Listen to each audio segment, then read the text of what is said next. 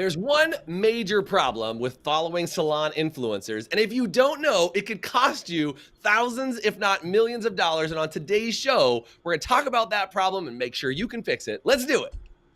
Salon owners are some of the most amazing people on planet Earth. The only problem is sometimes their hearts are so big and they give so much of themselves to their staff and guests that it creates unintended consequences.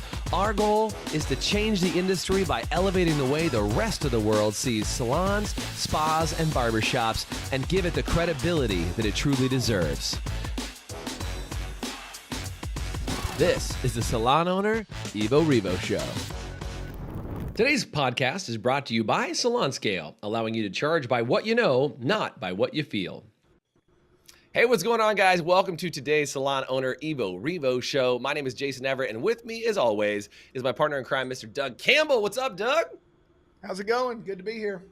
Dude, glad to have you on today, and really excited to be talking about the subject today because I think there are so many influencers out there in the space that I just think say some incredible things. However, one of the biggest challenges that comes up is there's some problems with kind of what they say, how they say it, what the timing is, and I want to talk about that today on the show. And we've got two incredible guests on today's show that I'd love to give you the opportunity to meet and introduce you to. I've got Chris and John from Shop Talk Podcast that are on the show today. What up, fellas? Good to have you on today. We're double podcasting. What's up, guys? Happy to be here.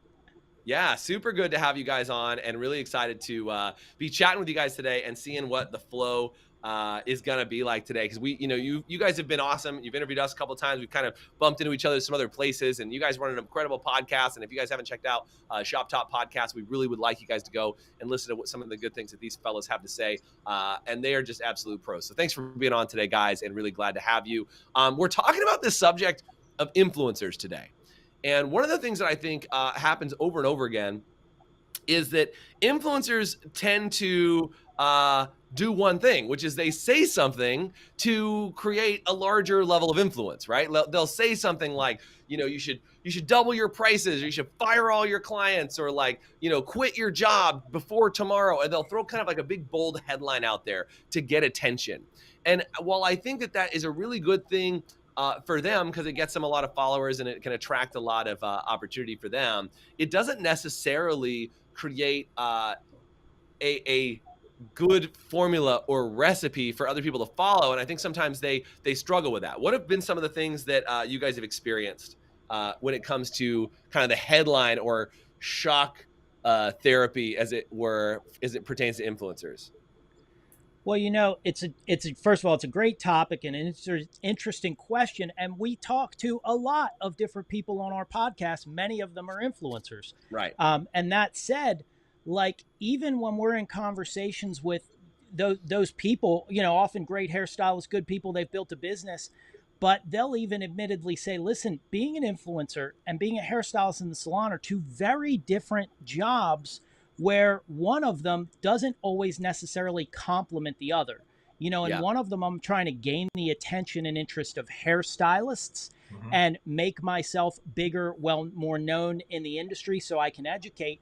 The other is like building an honest, organic business behind the chair. And those foundations, oftentimes when we get into questioning about that, the real talk comes out, and it's like, guys, building my business in the salon, I had to do this the organic way. I had to ask for referrals, give great customer service, charge accordingly as I was growing. And oftentimes what you're getting is the end of the story 5 years down the road after I've already done all these things. It's like, well, what happened before then to get to where I was at in my business and gain the expertise?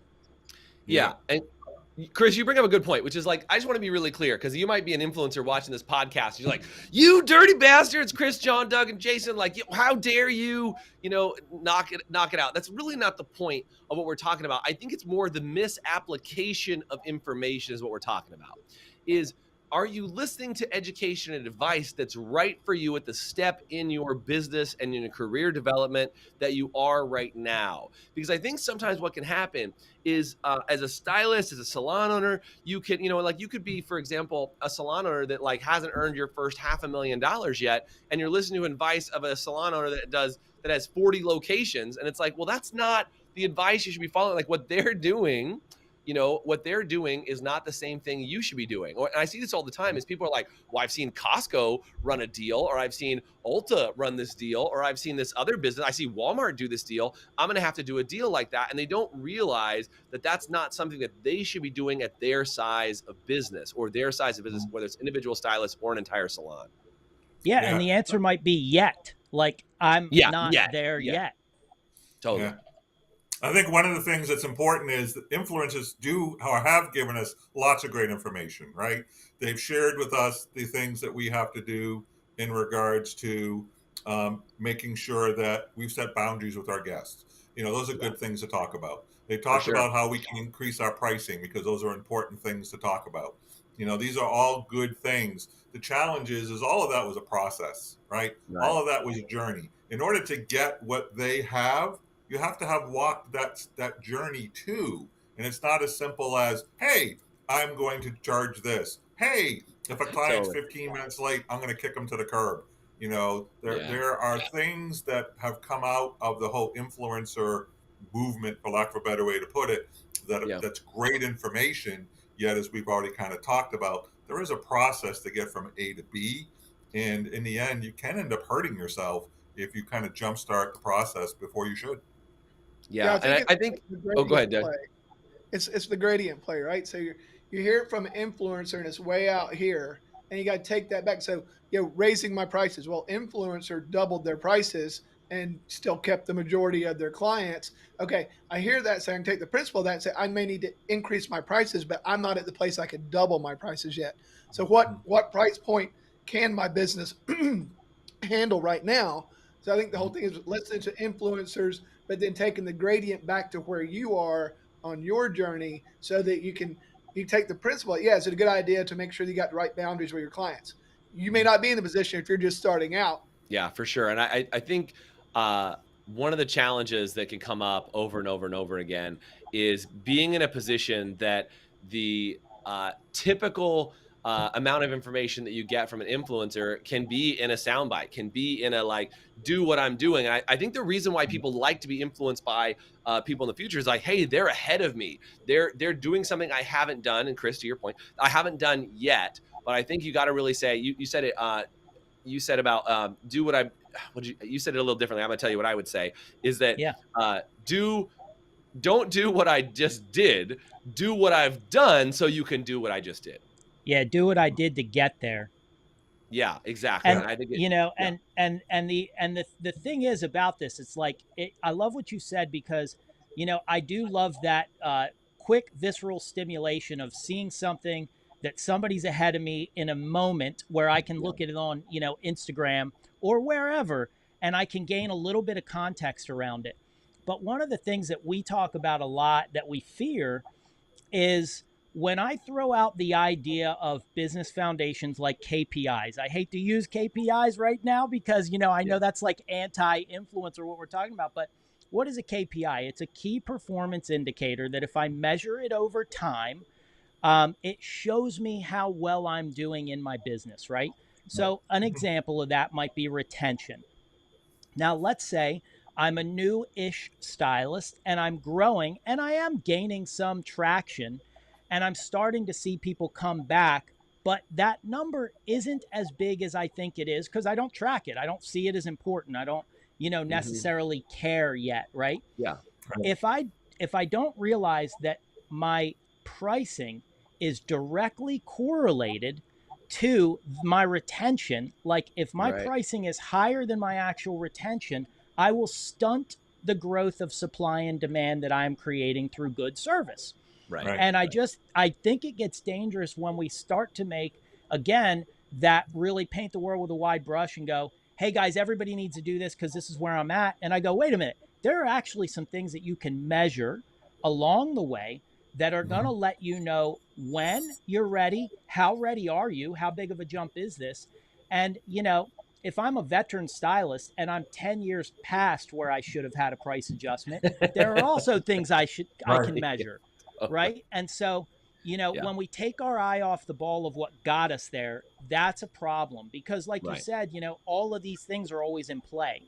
Right. Mhm. Yeah. And you mentioned this rule and this idea around when do you need to make the jump.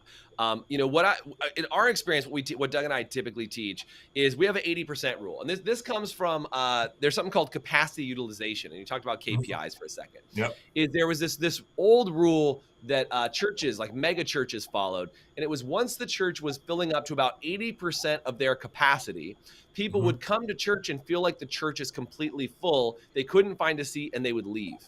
And so we borrowed that and said, okay, well, how do you use that inside of a salon environment to say, all right, well, how do you look at this? When do you know if it's time for your overall the salon to raise prices? How do you know Right. if it's time for you to raise prices as an individual stylist? And so what we look at is once your personal books are full at 80%, you're 80% full, clients are having a hard time getting booked. They're feeling like they have to wait, months for them to get in on their schedule. And it's Mhm. time for you to be able to raise prices. And it doesn't mean you're going to double your prices. It just means you're Mhm. going to have a pricing increase. And again, if you need to figure out a level system or something like that, like reach out, Yeah. get some help, get some support on it.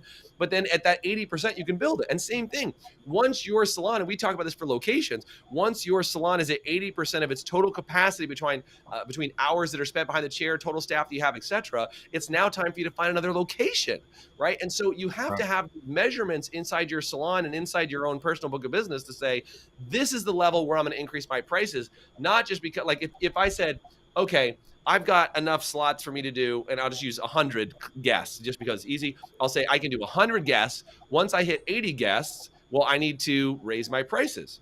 Mhm. The problem is when people are at 10 guests and they have the Right. capacity for 100 guests, that is not the time to raise prices. That is a time to fill up your schedule, book Yeah. yourself solid, and make sure that there's enough demand for what you're doing. And on that same venue, if you're measuring your KPIs and you're measuring your progress, you get to do the reverse, which means, okay, let's have that price increase, right? Yeah. And then all of a sudden, if you watch that 80 clients drop down to 70, drop down to 60, then you need to step up your game, right? Yeah, Maybe that yeah, would. that's a great point. Great point. And if you're not tracking those, here's the thing about influencers, and I think this is important, is they're inspirational. They inspire us to do Yeah. things that we might not otherwise have done. They inspire us to potentials that we have as artists and as hairstylists. Yet, if we're not tracking those numbers, and I love the 80% piece, right? We call that productivity, right? Yeah. If you're 80% productive, then yes, it's time for a price increase. But if your productivity starts to take a dive, this is not the time. And sometimes that's where we're at. We're like, well, we're not really busy. Maybe I should raise my prices. Yeah. Yeah, check and look at your productivity first, because if that's the real issue, the fix is far different. The fix is, how do I get more clients in the door? What does my online game look like? What does my referral game look like? Yeah. And heck, sometimes we have to look at ourselves and go, what's my service game look like? Is it I was gonna worth it? say, what's your consultation look like? Like, Like, what's your referrals? Like, how are those really working? Because if you're finding you're not getting referrals, it might be time for you to say, I might be relying on some old habits that are not mm, serving me anymore, that are keeping mm, me from growing my book of business. Because I think sometimes what can happen, especially for stylists who've been around for a long time, is mm, they get very complacent. They get yeah. very like, well, I don't have to do that anymore. That's what I used to do when I had to grow my business. Mhm. I think to your point, if you start to see that drop or that reduction of income, you got to ask yourself, well, what do I need to do in order to change that or increase my productivity in those areas? Because if they're low, it should just be, if they're all indicators, right? It's like, Mhm. it's like getting diagnosed and finding out that you need more vitamin D. Like you got to add in the right ingredient at the right time. Yeah. Yeah. One I of the love that things I you think, Chris, did you want to say go, something? John. Go ahead. Go ahead. I think one of the things that we hear often is we need to charge what we're worth. We need to charge what we're worth, and we so need to do that, because Yeah. for too long, I think Jay Williams was someone that shared with us, or maybe it was you guys, I forgot who, that talked about the level of haircut pricing in the United States. And when they did the survey like 10 years ago, the average haircut price was $50 nationwide. And 10 years later, we do that same study, and the average haircut's $55. That's Mm, terrible. We as an yeah. industry do need to charge more. Yet, here's the other piece. If what you're charging and clients are not coming back, meaning your productivity is going down, your Yeah. retention's going down, Yeah, your the pre-book is in the customer is toilet. telling you something. What they're Yeah, it's telling you inventory. is it's not worth it, Right. whatever it is. Whether So it's let's $30, $50, or $100 for a haircut, yeah. if your clients aren't coming back, they're saying to you, John, I like you, but it's not worth it.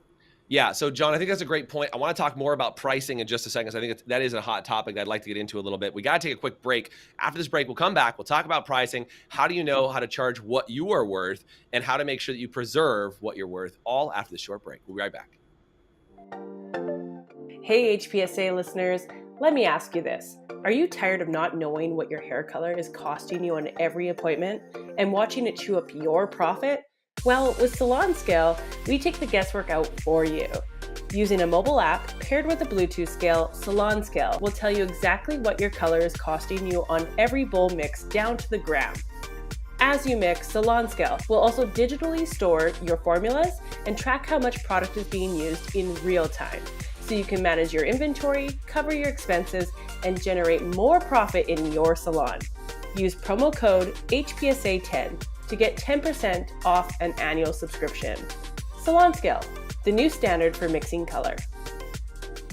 We're talking with Chris and John from Shop Talk Podcast. If you get a chance, go over, check out their podcast. They got tons of great shows, lots of interviews, and amazing stuff that they teach and what they train on. And on today's show, we're talking about the potential bad influence of influencers. We're talking about what are some of the issues that happen when you only listen to influencers, kind of your only source. And John and Chris, I saw this the other day. This was circulating the internet.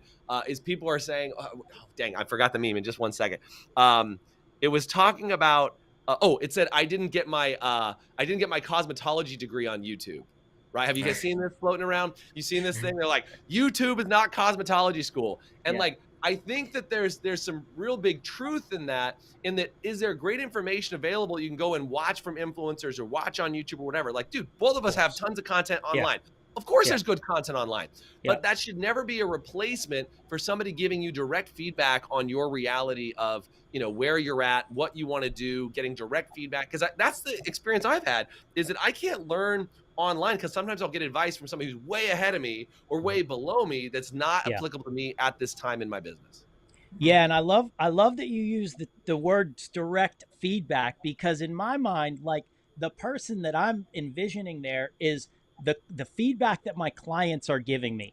Meaning, like, how authentic is that smile? Are they sending it? Listen, if I'm like every salon owner or high performing hairstylist can think about a time when you're in the salon, you look across the room and you see there's a client visually uncomfortable inside of a service and that stylist didn't know it. They didn't realize it in the moment, right? So it took somebody else's eyes from across the room to go, hey, have you checked in on your client? She looks uncomfortable. She looks this.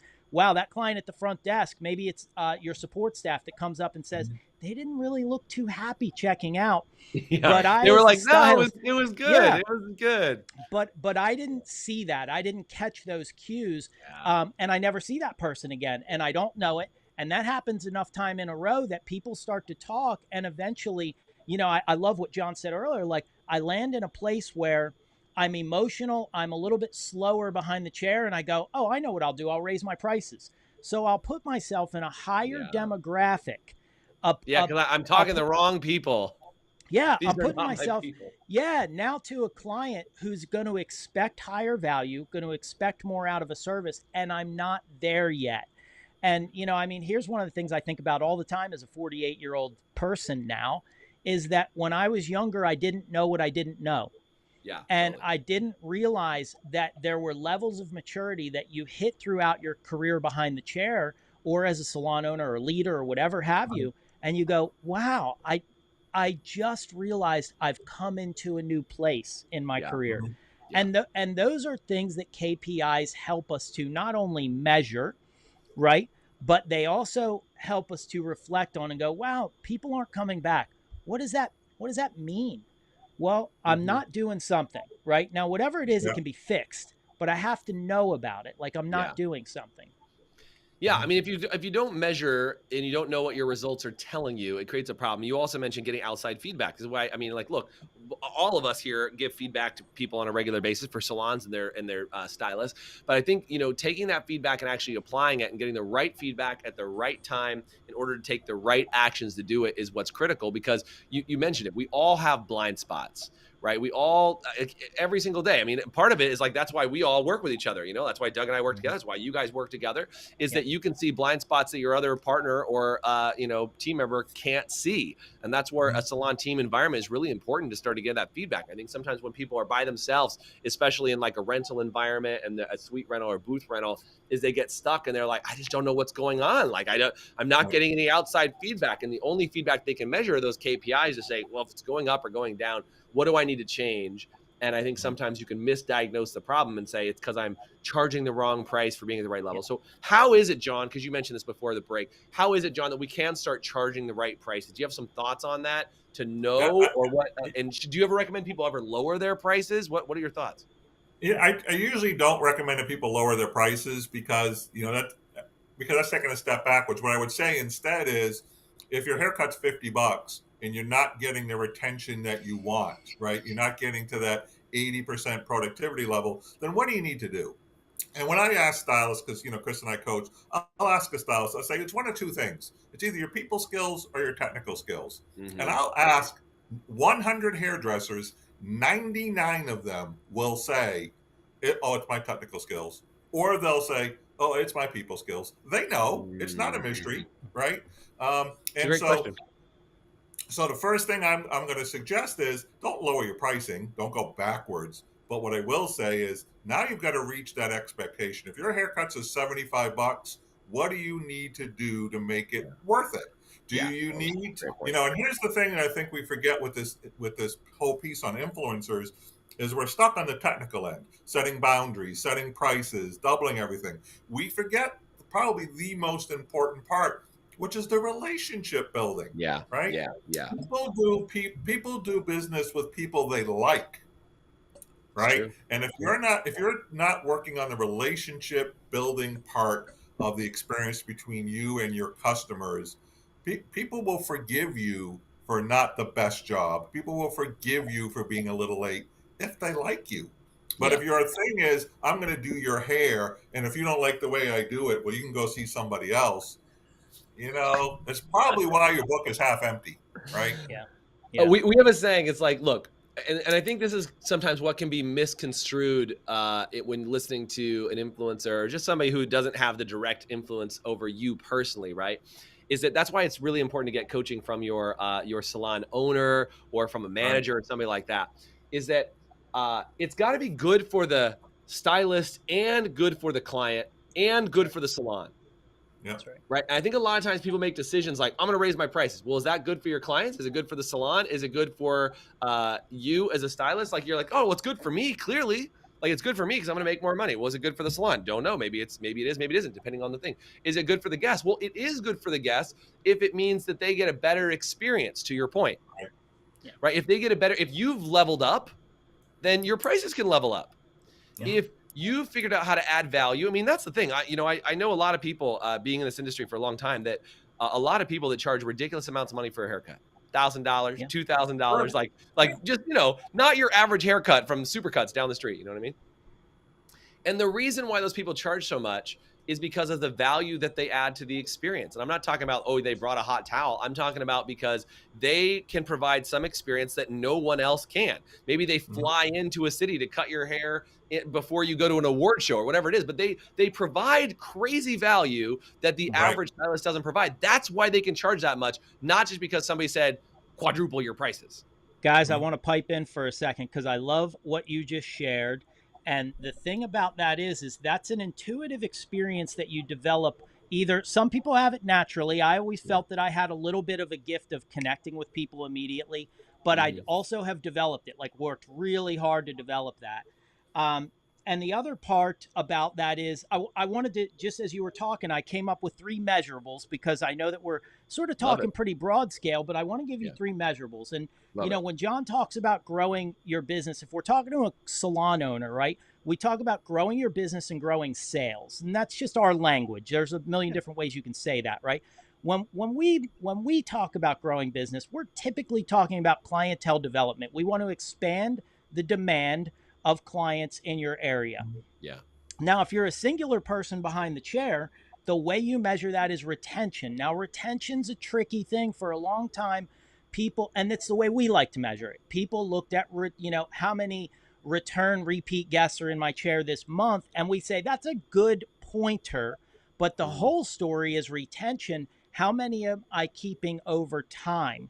Yeah. Because just because I saw 8 people last, or 8 people that I've seen before in my chair today, doesn't mean I'm retaining 80% of my guests. It just means I had 8 people that I retained. So anyway, we measure retention over time, and there's 2 different numbers that we look at. Number 1, what's your new retention? And number 2, what's your repeat retention? So your base retention, right? Repeat retention. Love it. So where we shoot for is 50-80. We say if I'm talking to a brand new person, I go, if you can learn to get every new person that sits in your chair to get 1 out of 2 of them to come back, you're at 50% retention, and we love that. We think you're smoking it at that point, right? 50% of new people that sit down in your chair come back. That's awesome. Number 2, 80% guest retention, and it goes back to your magical number of 80% full, right? So if I can keep 80% base and 50% new, that's going to point me in the right direction, right? Second is referrals. I have to make sure there's a percentage of my clientele that's coming in that's been sent by their friends. And then the third is reservations, that there's a portion of my book, a good fat portion. I like anywhere from 50 to 65%. If you're getting good at this, 80% is beautiful if you're a seasoned vet, of my reservations for next month, next year, already in play. If you get good at those 3 things, then you'll never have to worry about clientele development again. I don't care if you're a lawyer, doctor, dentist, it doesn't matter, hairstylist. Yeah. And Great with point. that, Chris, then you get to start the journey of what my price increases look like, because you have that support system underneath you that no matter how much you raise your prices, you're not going to lose that many clients. And what little clients you do lose, you're feeding with that 50% new client retention. That's right. Yep, that's right. And again, these are all formulas. And I want you guys to hear this. And again, hopefully from fellows like us that teach this stuff on a regular basis all the way around, all of us here, I hope you get this. This is a guideline to get you to. This isn't like tomorrow morning it should be like this. If you're not at those type of numbers, you don't even know how to track those type of numbers, reach out, get some support, talk to your salon manager, talk to the salon owner, get some coaching, get some advice, figure out like, hey, what are these numbers good? Are these numbers terrible? And the best thing you can do is like, look, if you, I'll take an analogy outside this. If you're overweight and you're trying to lose 20 pounds, don't worry about losing 20 pounds tomorrow. Lose a pound over the next week, right? And like work towards that as a goal, and don't beat yourself up when you don't get there right away, because if you've never done it before, you don't know how long it's going to take to achieve it. So this isn't a measurement of like in 2 weeks it should be at this number, and at 1 week this should be at this number. Just use the numbers as a goal post to be striving to achieve, to get to. That's the one last really point. Good news. For those people that work in a commission salon, I guarantee you there's somebody in the room who's already done it, is already good. You don't have to go far. There's somebody in the room of where you're working right now who knows what it takes to get there because they've done it themselves. Go talk to them. They're 3 chairs down from you. Yeah, absolutely. Chris, you want to make one last point, man? Then we're going to rock and roll. Yeah, no, I was just going to stand on your shoulders and say it's a journey, man. It's, I as young as I was when I was young, I felt like I needed to get there today. And it ends up that if you take this thing like a journey, you can have a lot of happy, prosperous, enjoyable stages in your career. Yeah, that's right, man. And not to be too cliche, but when you do fall in love with the journey of becoming an incredible stylist and becoming an incredible manager, leader, or salon owner, when you fall in love with the process, it should never feel like work. It should always feel like you're on a journey. And I think that's the number one thing. I am the most impatient person on planet Earth. You don't even want me, but you don't want me behind you in the line at the grocery store. Cause I'm like, is that line faster? Is that like, I always want to be somewhere else further, faster, in shorter amount of time. And I know there's a lot of people out there that feel the exact same way. And the thing that I've learned about that is be patient with yourself. Nobody else is on your journey. Nobody else knows what you've been through. And whether you want to say God, the universe, the great spirit, however you choose to look at it, there is a plan for you to get not where you would like to be, but where you're supposed to be. If you follow the process, you stay dedicated to what you're doing, and you keep an incredible work ethic on that journey, you will get to where you need to go. Just quick shout out to Doug. His internet dropped out, so that's why I don't get to sign off with Doug. He dropped out, but I think, fellas, we held the show down even without Doug on here. Thank you so much for chatting about what I think is the number one untalked about thing going on right there is the right advice at the wrong time will not help you, but the right advice at the right time will make you extremely successful. Fellas, thanks for being on today. Guys, check out Shop Talk Podcast with Chris and John. Thanks for being on, fellas. Really appreciate you guys today. Thank you. Thanks for listening to the Evo Revo podcast. Today's video is brought to you by Salon Scale, allowing you to charge by what you know, not by what you feel. Please subscribe, leave us a review, and you can always get more information, including show notes and the video episodes at evorevopodcast.com.